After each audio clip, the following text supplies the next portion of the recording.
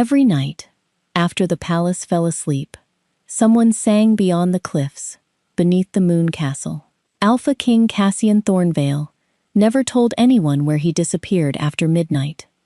His advisors believed he inspected the border patrols.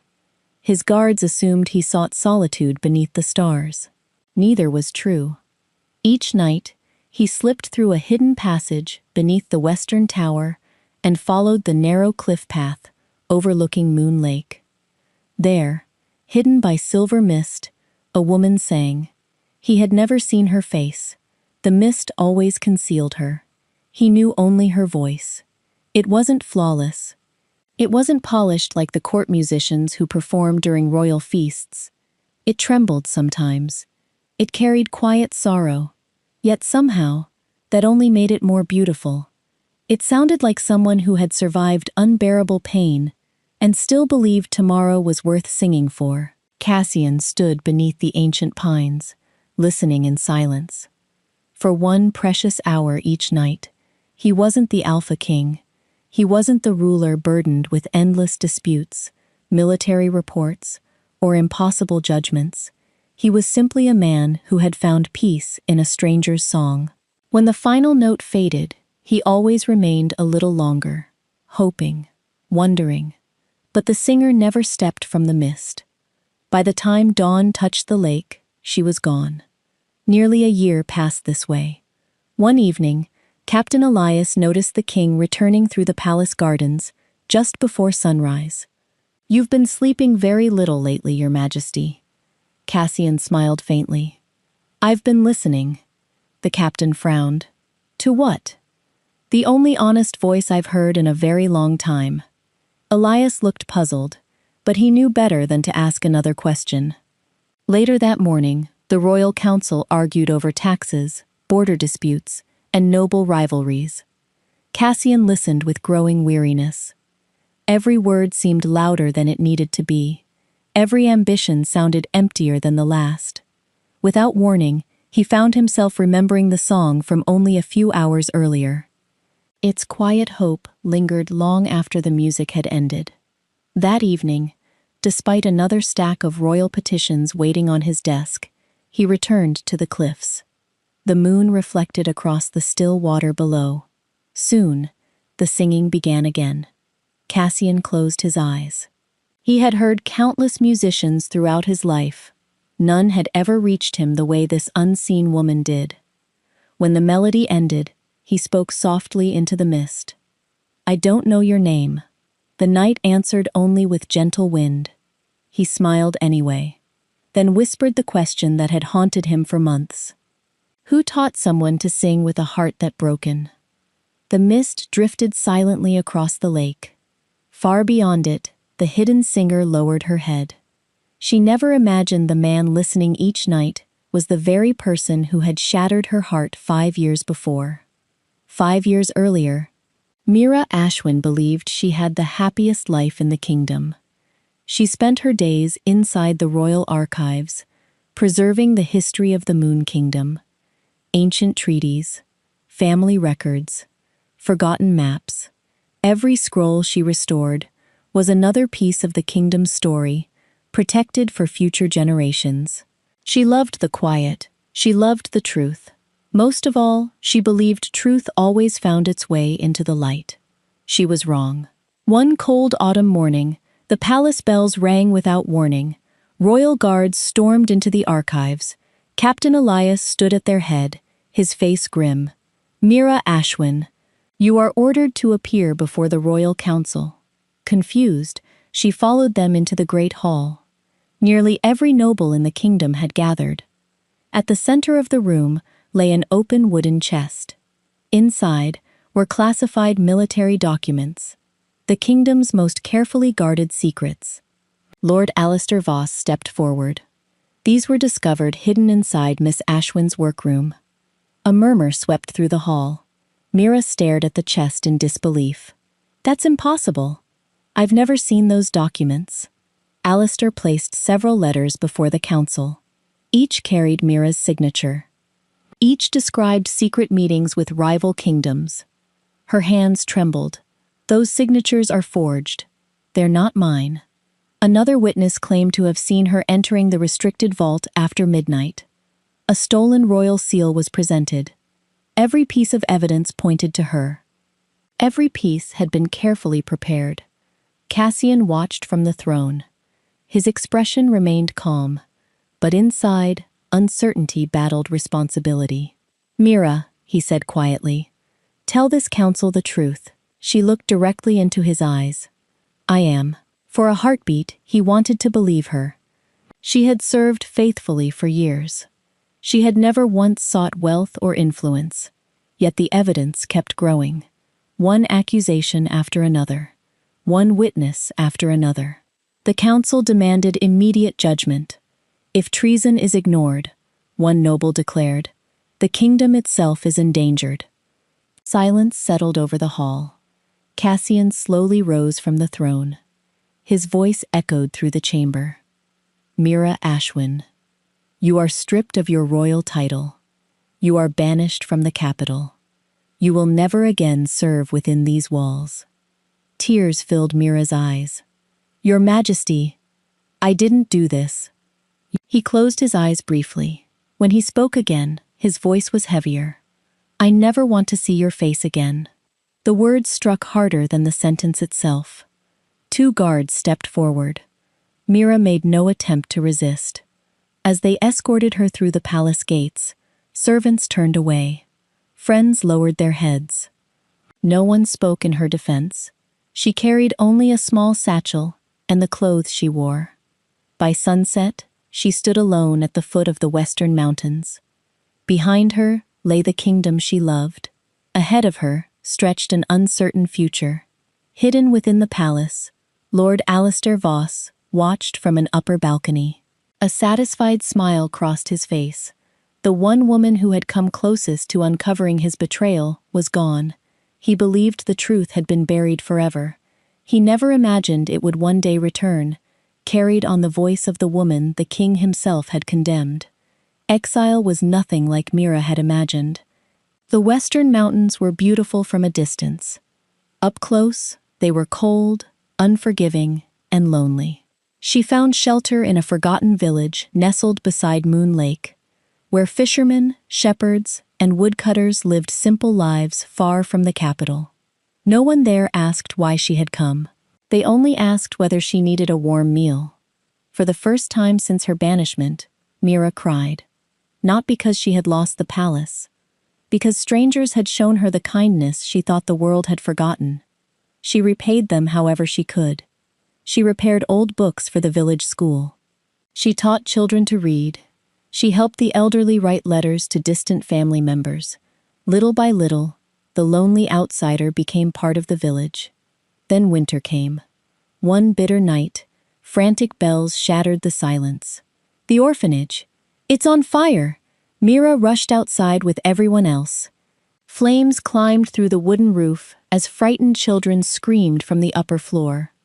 The villagers formed a bucket line, but the fire spread too quickly. "There are still children inside," someone shouted. Without hesitating, Mira wrapped a wet blanket around herself and ran into the burning building. Smoke clawed at her lungs. The heat stole her breath. She found 2 little girls hiding beneath a table and carried them outside. Then she went back. Again and again. Each time she emerged with another frightened child in her arms. Only one remained, a young boy trapped beneath a fallen beam. Mira forced the timber aside with every ounce of strength she had left. She pulled him free. As they reached the doorway, part of the burning ceiling collapsed. She turned instinctively, shielding the child with her own body. Fire swept across the left side of her face. Pain exploded through her, but she never let go of the boy. The villagers dragged them both to safety, moments before the orphanage collapsed. The children survived. Mira survived too. But when her wounds finally healed, deep scars covered the left side of her face. The village healer apologized softly. "I'm sorry." Mira touched the scars only once. "They remind me, the children lived." She never spoke of them again. The villagers never looked away when they saw her. To them, she wasn't the scarred woman. She was the teacher, who had risked everything for their children. As spring returned, the children begged her to sing before bedtime. At first, she refused. "My voice isn't special. It is to us," one little girl whispered. So every evening, Mira walked to the edge of Moon Lake. She sang beneath the stars, while children drifted peacefully to sleep. Her songs carried sorrow. They carried healing. Most of all, they carried hope. The mountain winds lifted each melody across the still water. Far beyond the lake, beyond the cliffs, beyond the silver mist, someone listened every single night. Though neither of them knew it yet, the songs that comforted frightened children had quietly become the heartbeat of a lonely king. 5 years after Mira's exile, the oldest man in the royal archives asked to see the king. Elder librarian Rowan Eldridge had served 3 generations of rulers.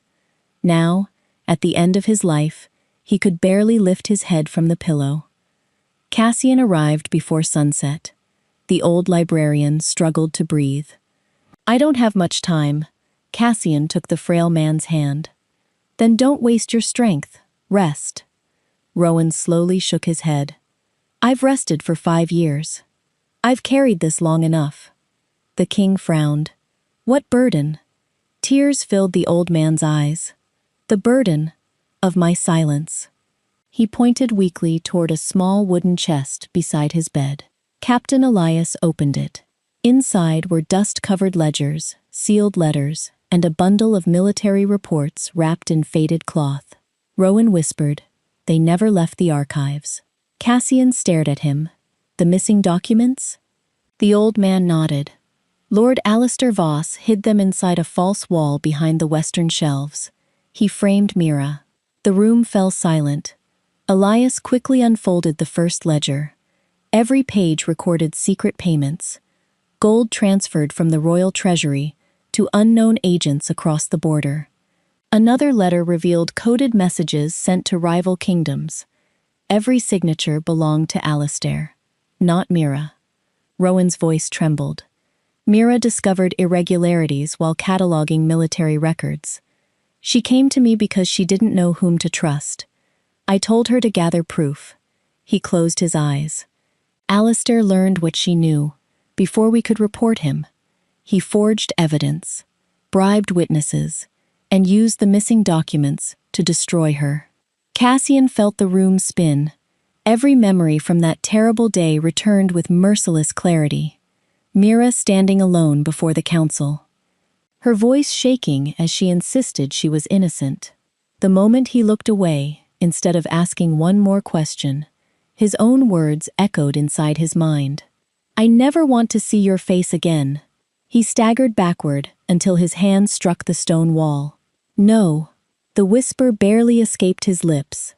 "No." Captain Elias looked up from the documents. "Your Majesty, we've recovered everything. The evidence clears Mira completely." Cassian lowered himself into a chair. His hands trembled so violently that the papers slipped through his fingers. For 5 years, an innocent woman had lived in exile. For 5 years, the true traitor had stood at his side, advising the crown. When Rowan's breathing grew shallow, Cassian leaned close. "Why tell me now?" The old librarian managed a faint smile. "Because truth deserves to outlive fear." Those were his last words. By dawn, Lord Alistair Voss was arrested for treason, fraud, and conspiring with rival kingdoms. But Cassian found no comfort in the news. Justice had arrived 5 years too late. That evening, as the familiar song drifted across the cliffs once more, Cassian followed it with a desperate heart. For the first time, he wasn't searching for peace. He was searching for forgiveness. The moon hung low above Moon Lake. Silver mist drifted across the water, just as it had every night for nearly a year. Cassian followed the familiar path beneath the cliffs. Only this time, every step felt heavier. The old librarian's confession echoed relentlessly in his mind. Mira was innocent. You condemned her. Then the singing began, soft, gentle, filled with the same quiet hope that had carried him through countless lonely nights. Cassian stopped beneath the ancient pines and listened. Now every note sounded different, not because the song had changed, because he had. When the final melody faded, he spoke into the mist. I know you're there. For the first time, the silence answered. A figure stepped slowly through the silver haze. She wore a simple blue cloak. Her dark hair rested loosely over one shoulder. As she drew closer, moonlight revealed deep scars stretching across the left side of her face. Cassian's breath caught, not because of the scars, because of her eyes. He knew them, kind, steady, filled with quiet strength. He had looked into those same eyes 5 years earlier, only then they had been full of disbelief. Mira, he whispered. She stopped several steps away. A faint, sorrowful smile touched her lips. So, you finally remembered my face. The words broke something inside him. He fell to his knees. I'm sorry. His voice trembled. I believed lies. I believed forged evidence. I failed you. The king lowered his head until he could no longer meet her gaze. I destroyed your life. I have no excuse. The night remained still. Even the wind seemed to wait. After a long silence, Mira finally spoke. You know, I used to wonder what I would say if I ever saw you again. Cassian looked up slowly. I imagined shouting. I imagined asking why. I imagined demanding justice. She smiled sadly. But life has a way of changing people. Her fingertips brushed the scars on her face. You didn't destroy my voice. Cassian's eyes filled with tears. You destroyed the woman who used to sing because she was happy. The words struck harder than any sentence a court could pronounce. She looked toward the calm surface of Moon Lake. Everything beautiful you hear now was born from surviving what you did. Cassian closed his eyes. No punishment he could imagine felt equal to that truth. I don't expect forgiveness, he whispered. I only needed you to know that I finally know the truth. Mira studied him quietly. For the first time since his arrival, she saw not the Alpha King who had condemned her, but a man crushed beneath the weight of his own mistake. Still, pain remembered could not disappear because sorrow had finally arrived. She stepped back into the mist. Knowing the truth changes the past for you. She met his eyes one last time.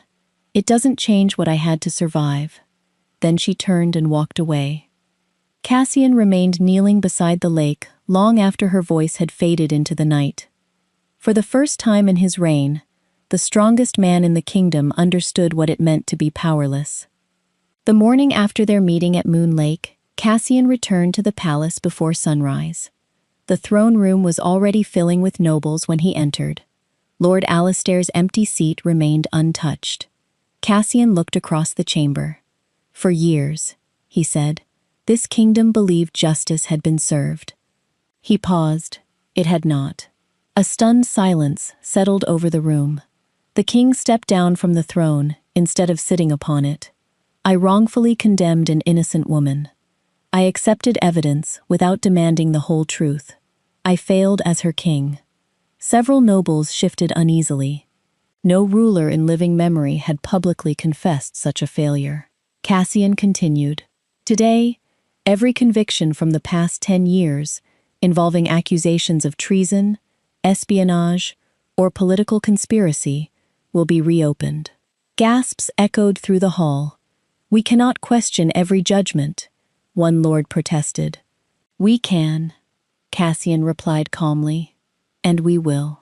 Captain Elias stepped forward, carrying a stack of royal decrees. By order of the king, independent courts will be established throughout the kingdom. No conviction may rely solely on testimony from the royal council. Evidence must be independently examined. Witnesses will be protected from intimidation. Another noble objected. This weakens the authority of the crown. Cassian met his gaze without anger. No, It prevents the crown from becoming a weapon. Over the following months, corrupt officials were dismissed. Judges who had accepted bribes were removed. Families once silenced by powerful nobles finally received fair hearings. Wrongful convictions were overturned. The kingdom slowly began to trust its laws again. Through it all, Cassian never returned to Moon Lake, expecting Mira to forgive him. Some nights, he listened quietly to her songs from a respectful distance. Other nights, he stayed away entirely. He had learned that remorse did not entitle him to her presence. One autumn evening, he found Mira repairing books inside the village school. She looked up as he entered. "You've been busy," she observed. "I've been late," he answered. 5 years late. He placed a sealed document on the table. It was the official proclamation restoring her title, her property, and every honor taken from her. Mira read it carefully before setting it aside. "You've given back what the kingdom stole." She looked into his eyes. "But that's not why I stayed alive." Cassian nodded. "I know." She folded her hands. "You apologized the night we met. You've apologized every day since, with your actions." He remained silent. "I still can't pretend those years never happened," she continued softly. "The woman who left this kingdom 5 years ago never came back." Cassian lowered his head. "I don't want the woman I remember. I want to honor the woman you became." For the first time, Mira saw no desperation in his expression, only humility. Outside, preparations had already begun for the festival of the first moon. Soon, the entire kingdom would gather beneath the stars. And for the first time in years, Mira would have to decide whether her voice was ready to be heard by everyone. The festival of the first moon arrived beneath a sky filled with stars.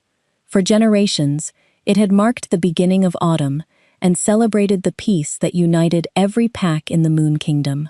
This year, however, the celebration carried a different meaning. It was a chance for a kingdom to face its past. Thousands gathered in the capital's great square. Families filled the streets. Children chased lanterns that floated on the evening breeze. Musicians played while merchants offered warm bread and sweet honey cakes. Yet everyone sensed that the most important moment of the night had not yet come. A single wooden stage stood before the palace. Cassian stepped onto it alone. He wore no ceremonial crown, no jeweled cloak, only the simple black uniform of an alpha. His voice carried across the silent square. 5 years ago, this kingdom failed one of its own. No one interrupted. I failed one of my people. I judged too quickly. I trusted power instead of truth. I cannot undo that injustice, but I can promise that no one will ever suffer it again. He bowed his head before the entire kingdom. Not as a ruler demanding loyalty, but as a man accepting responsibility. When he stepped aside, whispers rippled through the crowd. Another figure slowly climbed the stage. Mira. The scars on the left side of her face caught the lantern light. For a brief moment, the crowd stared. Then an elderly woman began to clap. A child joined her, then another. Within seconds, the entire square erupted in applause. Not because Mira had returned, because she had survived. Tears shimmered in her eyes. She looked toward Cassian. He simply nodded. The choice was hers, always hers. Mira stepped to the center of the stage. The musicians lowered their instruments. The square became perfectly still. Then she sang. The same voice that had drifted across Moon Lake now filled the entire capital. It carried grief without bitterness, hope without denial, strength without anger. Many in the crowd wept openly. Some recognized her at last. Former servants, old friends, even guards who had watched her leave the palace years before, lowered their heads in shame. When the final note faded into the night, silence lingered for several heartbeats. Then the applause returned, louder than before. Mira turned toward Cassian. "I can't give you the years we lost," she said quietly. "No," he answered with equal softness. "You can't." She smiled, a genuine smile, small but real.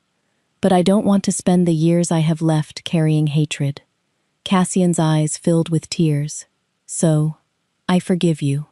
The words did not erase the past. They simply loosened its grip. Above them, hundreds of lanterns rose into the night sky. The kingdom watched as two people forever changed by injustice chose truth over pride and hope over pain. A year passed. The Moon Kingdom no longer resembled the realm Mira had been forced to leave. The royal archives reopened under new leadership. Every record was reviewed with painstaking care. False convictions were erased from official history. The names of the innocent were restored. Cassian insisted that every correction be recorded, not hidden. A kingdom grows stronger, he often said, when it admits where it failed. The word spread beyond the capital. Other pacts began adopting the same principles. Justice was no longer measured by the speed of a verdict, but by the patience to uncover the truth. Mira returned to the archives, but not as a servant. She accepted the role of royal historian, free to preserve the kingdom's history, without fear or political pressure. Her first project surprised everyone. She created a new section called the Hall of Forgotten Voices. It contained the stories of ordinary people whose courage had changed the kingdom but had never been recognized. Farmers who had sheltered refugees, healers who had crossed battle lines to save strangers, children who had warned villages of danger, and one quiet display told the story of a young archivist who had survived exile and chosen compassion over revenge. Her own name appeared only once, at the very end, without titles, without praise. Simply, she refused to let suffering become hatred. Visitors lingered before those words longer than any other exhibit. Cassian often came to the archives, though never unannounced. Sometimes he brought newly discovered journals. Sometimes he asked Mira's opinion on proposed laws. Sometimes they simply shared tea while reading in comfortable silence. Trust returned slowly, not because either of them hurried it, because neither tried to pretend healing could be rushed. One spring afternoon, they walked beside Moon Lake, the same place where a lonely king had once fallen in love with a voice hidden by the mist. This lake changed everything, Cassian said. Mira smiled. No, it revealed what was already waiting to change. He looked at her, seeing not the woman he had once condemned, nor only the woman whose songs had healed his heart. He saw someone whose strength had transformed an entire kingdom. Taking her hand carefully, he asked, "Would you choose to walk beside me? Not because you owe me forgiveness, not because I deserve another chance, but because the future is yours to decide." Mira looked across the shimmering water, then back at the man who had spent a year, proving that remorse meant action, not words. She intertwined her fingers with his. "I won't walk behind you. I won't walk ahead of you." A gentle smile warmed her face. "I'll walk beside you." Together, they continued along the lakeshore as the evening breeze carried the faint echo of a familiar melody. This time, neither of them walked alone. Years passed, and peace settled over the Moon Kingdom, like the gentle light of dawn. Children grew up hearing a story that had once been too painful to tell. They learned of a king who had made a terrible mistake. They learned of a woman who had every reason to seek revenge, yet chose to rebuild instead. Neither story was hidden. Both were remembered. At the entrance to the royal archives stood a simple stone inscription. It did not celebrate victory in battle or the greatness of a ruler. It read, "Truth may arrive late, but it must always be welcomed." Visitors often paused before those words. Many entered expecting to read about kings and wars. They left remembering ordinary people whose courage had changed history. The Hall of Forgotten Voices became the most visited room in the archives. People traveled from distant pacts to add the stories of healers, teachers, craftsmen, and servants whose quiet acts of kindness had shaped the kingdom. Mira believed history belonged to everyone. Cassian agreed. Together, they established a yearly day of truth, when every citizen could bring forgotten records, family stories, and old letters to be preserved for future generations. The kingdom no longer feared its past, it learned from it. On the first evening of every autumn, the festival of the first moon ended the same way. No speeches, no royal ceremonies, only a single song. Mira stood beside Moon Lake and sang beneath the stars. Sometimes Cassian stood beside her. Sometimes he listened quietly from the crowd. The choice was always hers. As the years passed, silver touched their hair, but never dimmed the peace they had found. One evening, a little girl tugged gently on Mira's sleeve. "Were you really the woman who sang before the king knew your name?" Mira smiled. "I was." The child frowned thoughtfully. "Were you afraid?" "Every day. Then why did you keep singing?" Mira looked toward the calm water, where the moon reflected like polished glass. "Because pain can silence a heart." She glanced at Cassian, who watched her with the same quiet admiration he had carried since that first night by the cliffs. "But hope always deserves a voice." The little girl smiled and ran to join the other children. As darkness settled over the lake, Mira began to sing once more. The melody drifted across the water, through the trees, and into the hearts of everyone who heard it. Long after the song faded, its message remained. Justice without truth is fragile. Power without humility is dangerous. And the strongest hearts are often the ones that choose compassion after unimaginable pain. Some voices change a single life, others change an entire kingdom. Mira's did both.